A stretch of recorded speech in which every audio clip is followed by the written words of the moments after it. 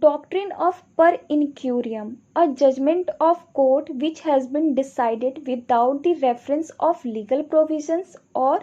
earlier judgment which would have been relevant. So basically इस doctrine को आपको और अच्छे से समझने के लिए मैं एक छोटा सा रेफरेंस देती हूँ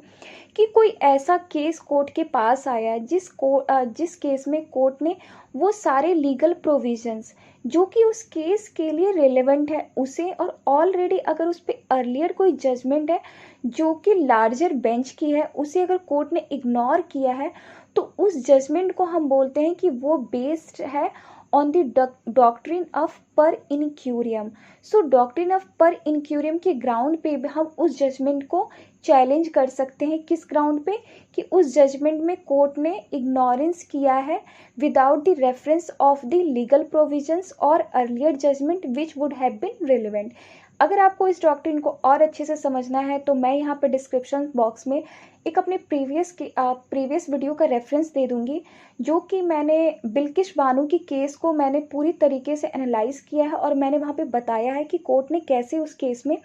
डॉक्ट्रिन ऑफ पर इनक्यूरियम